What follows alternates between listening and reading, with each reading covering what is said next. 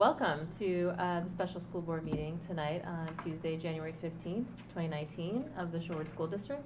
I'd like to call this meeting to order and adopt the agenda. I move we adopt the agenda. Second. Okay. All in favor? Aye. Aye. Motion carries 5-0. Dr. Davis, can you remind us of our overarching result? Yes, our overarching result for the school district of Shorewood is our students are leaders who challenge themselves to grow and achieve academically, pursue their passions, navigate change, learn continuously, and contribute to the common good. Great, thank you. Up next is public comments. No? Okay. All right, so board action agenda items. I will take a motion. I move that we, are we going to do these one at a time? Mhm. Okay, I move for approval of resolution authorizing the school district budget to exceed revenue limit by $275,000 for recurring purposes. I second that motion. Okay, any discussion? You guys can see I will read the language for those, the public who is here.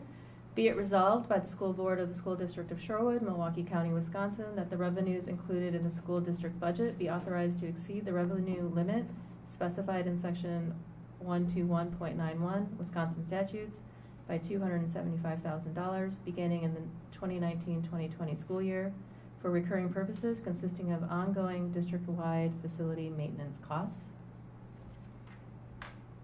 So this is our opportunity to make any changes to that language if anybody has anything. I'm good with that. No changes. Okay, I have a motion and a second. All in favor? Aye. Motion carries 5-0. I will take another motion for B. I move for approval of initial resolution authorizing general obligation bonds in an amount not to exceed $65 million. I second. Okay, so based on our discussion about the high school main academic building, the resolution reads as follows. Be it resolved by the school board of the school district of Shorewood, Milwaukee County, Wisconsin, that there shall be issued pursuant to chapter 67 of the Wisconsin statutes, general obligation bonds in an amount not to exceed $65 million for the public purpose of paying the cost of a district-wide facilities improvement program consisting of infrastructure and building systems projects at all 4 schools, including improved safety and security and ADA accessibility upgrades, renovations, expansion, and updates of instructional areas at the high school main academic building, targeted renovations at Lake Bluff and Atwater elementary schools, and the acquisition of related equipment.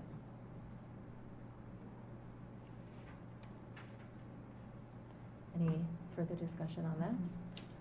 I'm good Change with in the that language? Mine too, yep. Pablo, Villa? Okay. Yeah, no, that's great. All in favor? Aye. Motion carries 5-0. Last one. Last one. I move for the approval of resolution providing for a referendum election on the questions of the approval of a resolution authorizing the school district budget to exceed revenue limit by $275,000 for recurring purposes, and an initial resolution authorizing the issuance of general obligation bonds in an amount not to exceed $65 million. Second. Okay, so here we need to make a decision about order of the questions. My thinking, based on the meeting earlier today, is that we pose the question of the bond first and the recurring maintenance revenue limit increase second.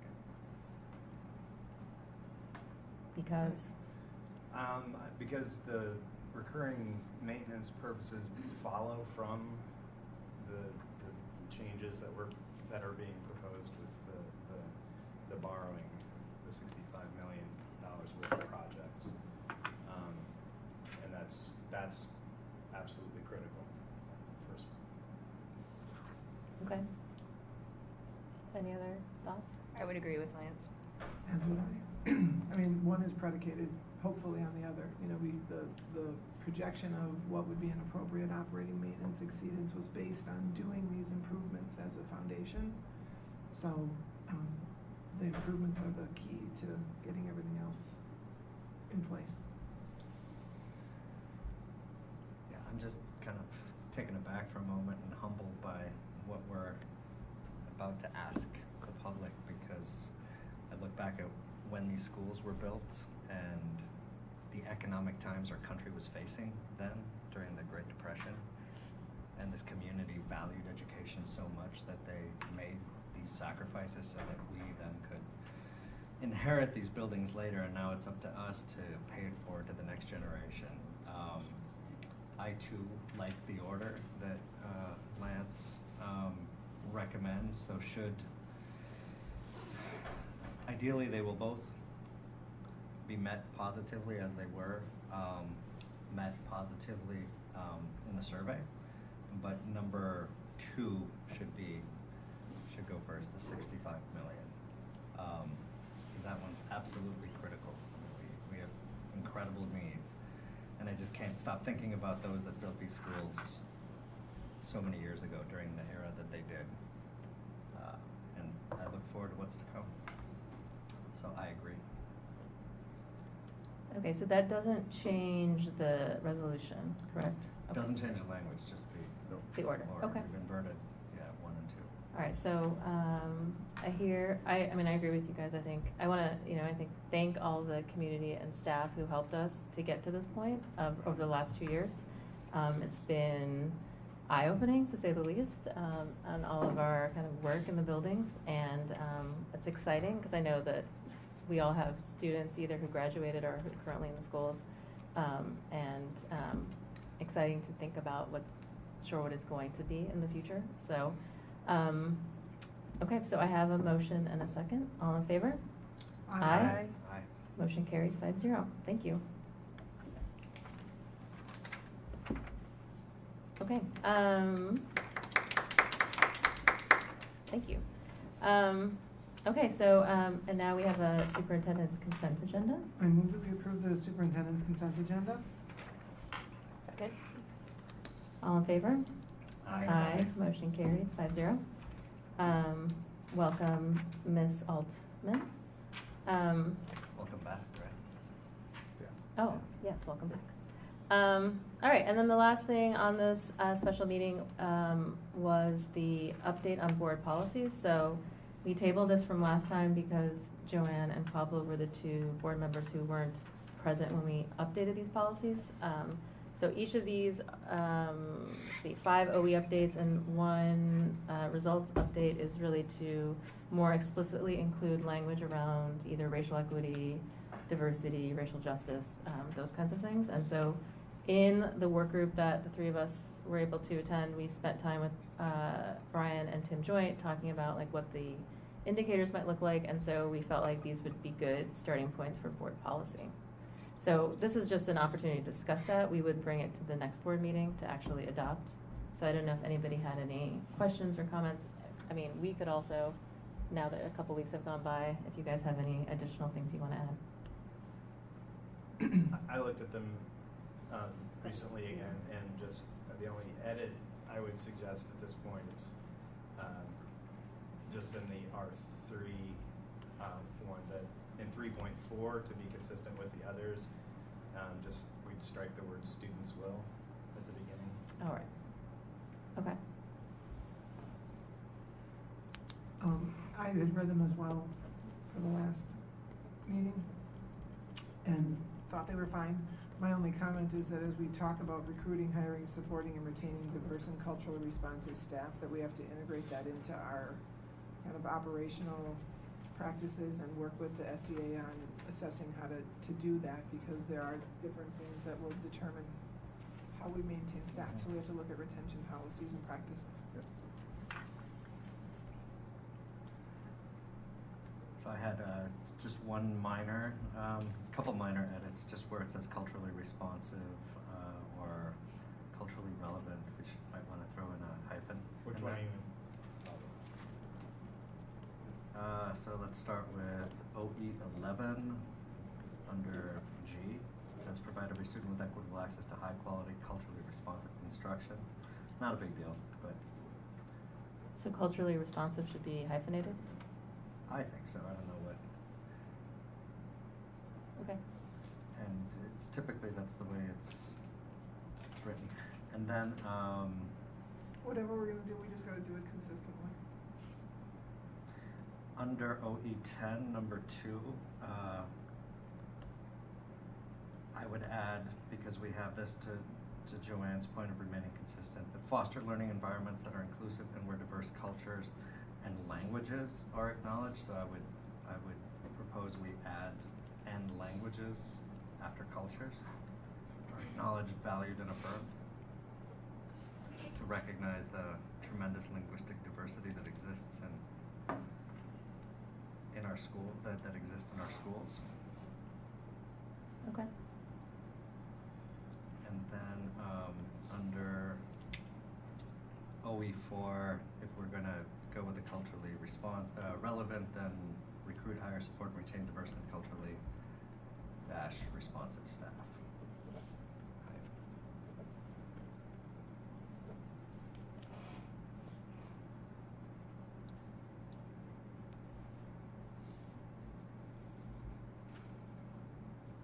Okay, so I'll bring these back to the next meeting on Tuesday. Mm-hmm. And if we could add one more, Oh, with sure, the sorry. language part to OE3, commits to racial, ethnic, we could slide linguistic after ethnic. That would keep things uniform, and I think that's what we're getting at with cultural equity and all that, but it would be good to mention it.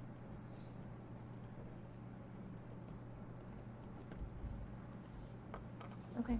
So from a practitioner standpoint, what I'll do, so we have our next race work professional development next Monday.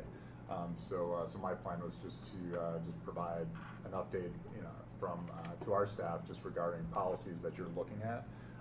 So again, kind of the boardroom to classroom awareness and making sure that that we can provide some perspective, understand where we're headed for that, and then we'll refine down and doing the definitions of these indicators and making sure that we're following through with them. So we have our these would be approved at our third January meeting on the 22nd? Yes. All right, okay. So, sorry, I lost what my so was. Okay, so these would be approved at the next meeting. That was a correct? statement, Yeah. Got not a it. question. It Okay. Yes. became a statement, not a question, exactly.